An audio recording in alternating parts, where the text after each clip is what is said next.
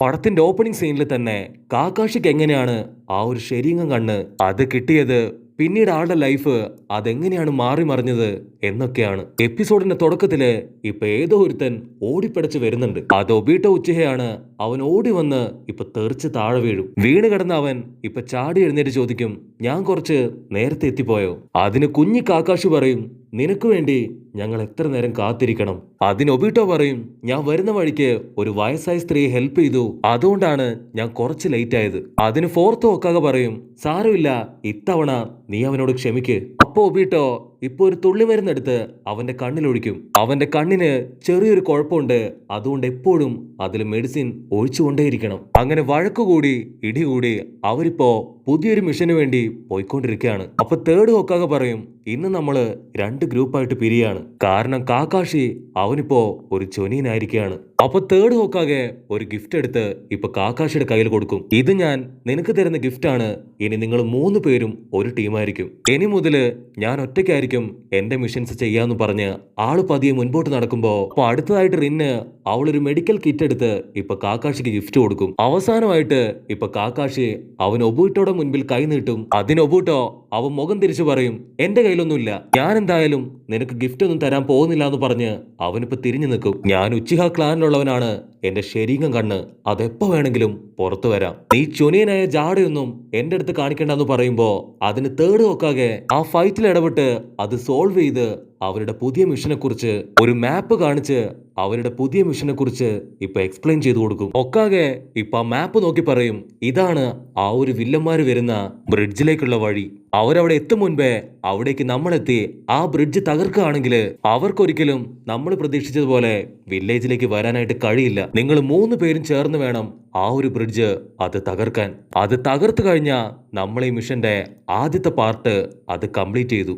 അപ്പൊ ഒബീട്ടോ ചോദിക്കും, അപ്പൊ മാസ്റ്റർ എന്ത് ചെയ്യാൻ പോവാ? അപ്പൊ തേർഡ് ഹോക്കാക പറയും, ഇപ്പൊ ഞാനാണ് നിങ്ങളുടെ ഡൈവേർഷൻ. ഞാൻ ഡയറക്റ്റ് പോയി ആ ഒരു ടീമുമായിട്ട് ഫൈറ്റ് ചെയ്യാൻ തുടങ്ങും. നമ്മൾ എല്ലാവരും ചേർന്ന് ഈ ഒരു മിഷൻ അത് അടിപൊളിയായിട്ട് കംപ്ലീറ്റ് ചെയ്യും. കാക്കാഷിയാണ് നിങ്ങളുടെ മാസ്റ്റർ എന്ന് പറഞ്ഞ് അവരിപ്പോ കൈ കൊടുത്ത് ആ ഒരു മിഷൻ കംപ്ലീറ്റ് ചെയ്യാൻ വേണ്ടിയിട്ട് ഇപ്പൊ ഉഷാറായിട്ട് ഓടും. അവരിപ്പോ ശബ്ദം ഉണ്ടാക്കാതെ കാടിലൂടെ നടന്നു നീങ്ങുകയാണ്. അപ്പൊ കാക്കാഷിക്ക് മനസ്സിലാവും അവിടെ തൊട്ടടുത്തായിട്ട് ആരോ ഉണ്ടെന്ന്. കാക്കാഷിയും ടീമും ഇപ്പൊ പതുങ്ങിയിരുന്ന് ആ വില്ലന്മാരെ അവരെ സ്കെച്ച് ചെയ്യാൻ തുടങ്ങും. കാക്കാഷിയുടെ കഴിവ് കണ്ട് ഇപ്പൊ അവന്റെ കൂടെ ഉണ്ടായിരുന്ന എല്ലാവരും വണ്ടടിച്ച് നിൽക്കാണ്. അപ്പൊ മിനട്ടയെ കണ്ട് ആ വില്ലന്മാരാവട്ടെ അവർ പേടിക്കാൻ തുടങ്ങും. ഇവിടെ മിനട്ട പറയും, അവിടെ 20 പേരുണ്ട്, അവരെ എനിക്ക് സെൻസ് ചെയ്യാൻ കഴിയുന്നുണ്ട്. അപ്പൊ കാക്കാഷി പറയും, ഞാൻ ഡയറക്റ്റ് പോയിട്ട് അവരെ അറ്റാക്ക് ചെയ്യാം, അപ്പൊ നിങ്ങൾ എല്ലാവരും ചേർന്ന് എന്നെ കവർ ചെയ്ത് നിൽക്കണം.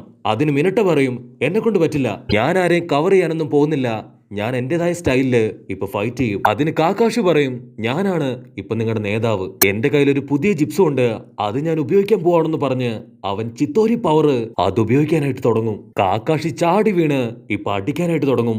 പക്ഷെ അപ്പോഴേക്കും മിനട്ട കാക്കാഷിയുടെ മുൻപിൽ കയറി അവന്റെ ശരീരം കണ്ണുവെച്ച് വില്ലന്മാരെ എല്ലാവരെയും ഇപ്പൊ കറക്കി എറിഞ്ഞുകൊണ്ടിരിക്കുകയാണ്.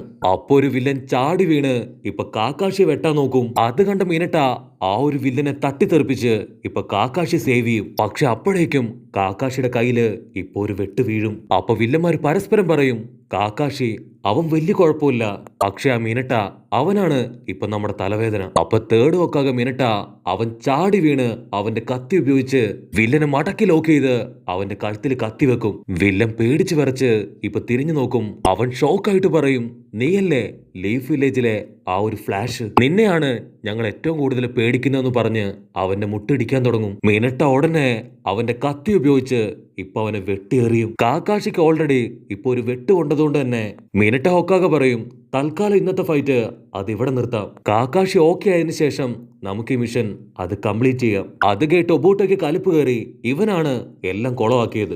ഈ കാക്കാഷി ഇല്ലായിരുന്നെങ്കിൽ വളരെ എളുപ്പത്തില് ഈ ഒരു മിഷൻ അത് കംപ്ലീറ്റ് ചെയ്യാൻ കഴിയുമായിരുന്നു. അതിന് കാക്കാഷി പറയും, നിനക്ക് ശരീരം കണ്ണുണ്ടല്ലോ, അതുപയോഗിച്ച് കറക്റ്റ് ആയിട്ട് നീ സെൻസ് ചെയ്യായിരുന്നെങ്കിൽ ഇപ്പൊ യാതൊരു പ്രശ്നം ഉണ്ടാവില്ലായിരുന്നു. അങ്ങനെ അവർ രണ്ടുപേരും വീണ്ടും പൊരിഞ്ഞ അടി ഇടി വഴക്ക് ബഹളം. അതിന് തേർഡ് നോക്കാതെ ടെൻഷനായിട്ട് ഇപ്പൊ അവർ രണ്ടുപേരെയും വഴക്ക് പറയാൻ തുടങ്ങും. നിങ്ങൾക്ക് രണ്ടുപേർക്കും ജിപ്സു കറക്റ്റായിട്ട് യൂസ് ചെയ്യാൻ അറിയില്ല. ഇനിയെങ്കിലും വെറുതെ വെറുതെ തല്ലു പിടിക്കാതെ കറക്റ്റായിട്ട് നിങ്ങളുടെ ജിപ്സ് യൂസ് ചെയ്യ്. നിങ്ങൾക്കൊട്ടും ടീം വർക്ക് ഇല്ല എന്ന് പറയുമ്പോ നമ്മുടെ ആൾക്കാരെല്ലാവരും ഇപ്പൊ തല കുനിച്ച് അങ്ങനെ ഇരിക്കും. കട്ട് ചെയ്താ അന്ന് നൈറ്റ് ഇപ്പൊ തേർഡ് ഒക്കാകെ ആൾ എന്തൊക്കെയോ ആലോചിച്ചുകൊണ്ടിരിക്കുമ്പോ ഇപ്പൊ ഒബീട്ടോ അവന്റെ അടുത്തേക്ക് വരും. ഒബീട്ടോ പറയും, മാസ്റ്റർ പറഞ്ഞത് ശരിയാണ്, ഞാനൊരു ഫെയിലിയർ ആണ്. എനിക്ക് കാക്കാഷിയെ പോലെ ഒരുപാട് പവറുകളൊന്നുമില്ല. ആകപ്പാടെ ഉള്ളത് ഒരു ശരീരം കണ്ട് മാത്രമാണ്. അതിന് തേർഡ് ഒക്കാകെ ഇപ്പൊ കാക്കാഷിയെ കുറിച്ച് അവനോട് പറയാൻ തുടങ്ങും. ഒക്കാക പറയും, കാക്കാഷിയുടെ പപ്പ ഒരു ലെജൻഡാണ്. 3 സേനിയന്റെ പവർ അത് ഒരുമിച്ച് ചേർന്ന എന്താണോ അതാണ് കാക്കാഷിയുടെ പപ്പ. എല്ലാവരും അദ്ദേഹത്തെ ഒരുപാട് ബഹുമാനിച്ചിരുന്നു. മാത്രമല്ല കാക്കാഷി അവൻ ജനിച്ചപ്പോ മുതല് അവന്റെ അച്ഛനെ പോലെ ഒരു ജീനിയസ് ആണ്. അതുകൊണ്ടാണ് അത്ര പെട്ടെന്ന് നിങ്ങൾക്ക് ആർക്കും അവന്റെ ലെവലിലേക്ക് എത്താൻ കഴിയാത്തത്. പക്ഷെ കുഴപ്പമൊന്നുമില്ല, എല്ലാം റെഡിയാവുമെന്ന് പറഞ്ഞ് ഒക്കാകെ ആവട്ടെ ഇപ്പൊ അവനെ സമാധാനിപ്പിക്കും. അപ്പൊ ഒബീട്ടോ പറയും, കാക്കാഷിയുടെ പപ്പയെ കുറിച്ച് ഞാൻ ഒരുപാട് കേട്ടിട്ടുണ്ട്. ആള് ഗ്രാമത്തിന് വേണ്ടി ഒരുപാട് നല്ല കാര്യങ്ങൾ ചെയ്തതായിട്ട് എന്റെ പാരന്റ്സ് എന്നോടും പറഞ്ഞിട്ടുണ്ട്. പക്ഷെ കാക്കാഷി ഇതുവരെ അവന്റെ പപ്പയെ കുറിച്ച് ഒന്നും പറയുന്നത് ഞാൻ കേട്ടിട്ടില്ല. അതിന് ഹൊക്കാക പറയും, അതിനൊരു കാരണമുണ്ട്. പക്ഷെ ആ ഒരു കാര്യം അത് നിന്നോട് പറയാൻ കഴിയുമെന്ന് എനിക്കറിയില്ല.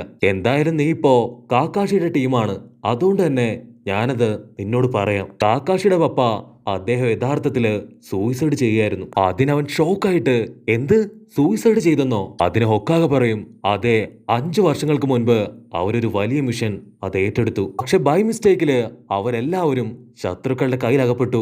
നമ്മുടെ ഗ്രാമത്തിന്റെ നിയമം അനുസരിച്ച് നമ്മുടെ കൂടെയുള്ളവരെ കഴിഞ്ഞും മിഷനാണ് പ്രാധാന്യം. പക്ഷെ അദ്ദേഹത്തിന്റെ കൂടെയുള്ളവരെ രക്ഷപ്പെടുത്തി ഗ്രാമത്തിലേക്ക് തിരിച്ചു കൊണ്ടുവന്നു. പക്ഷെ എന്താ, അവർ ആ മിഷനിൽ തോറ്റുപോയി. അതുകൊണ്ട് തന്നെ ഗ്രാമത്തിലുണ്ടായിരുന്ന എല്ലാവരും അദ്ദേഹം കാരണമാണ് ആ ഒരു മിഷൻ തോറ്റുപോയതെന്ന് പറഞ്ഞ് അദ്ദേഹത്തെ കുറ്റപ്പെടുത്താനായിട്ട് ആരംഭിച്ചു. ആ ഒരു കുറ്റപ്പെടുത്തല് അത് കേട്ട് സഹിക്കാനാവാതെ അദ്ദേഹം സൂയിസൈഡ് ചെയ്തു. അന്നു മുതൽ കാക്കാഷി അവന്റെ അച്ഛനെ കുറിച്ച് ഒരു കാര്യം പോലും ആരോടും പറയാറില്ല. അത് കേൾക്കുമ്പോ ഇപ്പൊ ഒബീട്ടോയ്ക്ക് അവൻ ഒരുപാട് വിഷമാവും. അവിടുന്ന് അങ്ങനെ കട്ട് ചെയ്താ ഇപ്പൊ നെക്സ്റ്റ് ഡേ റിങ് ആവട്ടെ കാക്കാഷിയുടെ മുറിവില് മരുന്നൊക്കെ വെച്ച് കെട്ടി അവനെ ശുശ്രൂഷിച്ചുകൊണ്ടിരിക്കുകയാണ്. കട്ട് ചെയ്താ ഇപ്പൊ എല്ലാവരും റെഡി ആയിട്ട് വീണ്ടും അവരുടെ മിഷന് വേണ്ടി യാത്ര തിരിക്കുകയാണ്. ഹൊക്കാക പറയും, ഇത്തവണ നമ്മൾ എല്ലാവരും വളരെയധികം കെയർഫുൾ ആയിരിക്കണം. ആ ഒരു വില്ലന്മാര് അവര് വളരെ ഡേഞ്ചറാണ്. അങ്ങനെ വീണ്ടും അവര് 3 പേരും ഒരു ടീമായിട്ട് ഇപ്പൊ ഒരു വഴിയെ പോവും. ഒക്കാക മറ്റൊരു വഴിയെ ഇപ്പൊ തനിച്ചു പോവും. അപ്പൊ അതേ സമയത്ത് ആ വില്ലന്മാര് കാണും ഇപ്പൊ നമ്മുടെ ആൾക്കാര് അവർ ഓടി വരുന്നത്. അവരുടനെ ചാടി എഴുന്നേറ്റ് ഇപ്പൊ എന്തൊക്കെയോ ജിപ്സ് ഉപയോഗിച്ച് നമ്മുടെ ആൾക്കാരെ തടയാൻ ശ്രമിക്കും. വില്ലന്മാര് അവരൊരു പ്രത്യേക ജിപ്സ് ഉപയോഗിച്ച് ഇപ്പൊ ഡിസപ്പിയർ ആവും. പക്ഷെ കാക്കാഷി അവനത് കറക്റ്റായിട്ട് നോട്ട് ചെയ്യും. അവര് നമ്മുടെ ആൾക്കാർ അടുത്തെത്തിയ ഉടനെ ഇപ്പൊ ഫയർബോൾ ജിപ്സ് ഉപയോഗിച്ച് അവിടെ മുഴുവനായിട്ടും ഇപ്പൊ തീയിടാൻ ആരംഭിക്കും. നമ്മുടെ ആൾക്കാർ ഉഷാറായിട്ട് ഫൈറ്റ് ചെയ്യും. പക്ഷെ അതിനിടയില് അവരിപ്പോ റിന്നിനെ അവളെ തട്ടിയെടുത്ത് ഇപ്പൊ മുന്നോട്ട് പോകും. അത് കണ്ട് ഒബീട്ടോ അവൻ ടെൻഷനായിട്ട് ഇപ്പൊ ആ വില്ലന്റെ പുറകെ ഓടും. കാക്കാഷി വിളിച്ചു പറയും, ഒബീട്ടോ പോവരുത്, അത് വലിയ അപകടമാണ്. നമുക്ക് ഫസ്റ്റ് നമ്മുടെ മിഷനാണ് ഇമ്പോർട്ടന്റ്, അതിനുശേഷം മാത്രമേ അവളെ അന്വേഷിച്ചു പോകാൻ പാടുള്ളൂ എന്ന് പറയുമ്പോ അതിനവൻ ദേഷ്യപ്പെട്ട് പറയും, അവള് നമ്മുടെ ഒരു ടീം മെമ്പർ ആണ്, തീർച്ചയായിട്ടും അവളെ പ്രൊട്ടക്ട് ചെയ്യേണ്ടത് അത് നമ്മുടെ കടമയാണ്. നമ്മുടെ കൂടെയുള്ളവരുടെ ജീവൻ നഷ്ടപ്പെട്ടാലും നമുക്ക് ഇമ്പോർട്ടന്റ് അത് നമ്മുടെ മിഷൻ മാത്രമാണ്. മാത്രമല്ല അവളൊരു മെഡിക്കൽ നിഞ്ചയാണ്, അവൾക്ക് എന്തെങ്കിലും സംഭവിച്ചാ അവളെ തന്നെ ഹീൽ ചെയ്യും. അങ്ങനെ അവർ ദേഷ്യപ്പെട്ട് 1ന് 10 പറഞ്ഞ് 50 പറഞ്ഞ് അങ്ങോട്ടും ഇങ്ങോട്ടും ഇടിക്കാൻ തുടങ്ങും. അപ്പൊ കാക്കാഷി അവനിപ്പോ ഫ്ലാഷ് ബാക്കില് അവന്റെ പപ്പയെ കുറിച്ച് ആലോചിക്കും. അവൻ പറയും, എന്റെ പപ്പ ഇമോഷൻ കാരണമാണ് അദ്ദേഹത്തിന്റെ മിഷനിൽ തോറ്റുപോയത്. അതുകൊണ്ട് ഞാനൊരിക്കലും ഇമോഷൻസിന് പ്രാധാന്യം കൊടുക്കില്ല എന്ന് അവനിപ്പോ തറപ്പിച്ചു പറയും. അതിന് ഒബീട്ടോ ദേഷ്യപ്പെട്ട് പറയും, നമ്മൾ രണ്ടുപേരും ഇനി ഒരിക്കലും സെറ്റാവില്ല, ഞാൻ ഒറ്റയ്ക്ക് പോയി അവളെ രക്ഷപ്പെടുത്തൂന്ന് പറഞ്ഞ് അവനിപ്പോ നടന്നു പോകും. അതിന് കാക്കാഷി പറയും, ഏതെങ്കിലും ഒരുവൻ തന്റെ മിഷൻ അത് സ്കിപ്പ് ചെയ്യുന്നോ അവൻ വേസ്റ്റിന് തുല്യമാണ്. അതിനവൻ പറയും, തന്റെ കൂടെ വർക്ക് ചെയ്യുന്നവരെ പ്രൊട്ടക്ട് ചെയ്യാത്തവൻ ആരോ അവൻ വേസ്റ്റിന് കഴിഞ്ഞും തരം താഴ്ന്നവനാണ്. അത് കേട്ട് ഇപ്പൊ കാക്കാഷി അവൻ ഒരു സെക്കൻഡ് ഫ്രീസ് ആയി പോവും. അങ്ങനെ അവര് രണ്ടുപേരും ഇപ്പൊ 2 വഴിക്ക് പോകുന്നതോട് കൂടെ ഈ ഒരു എപ്പിസോഡും അവസാനിക്കുന്നു.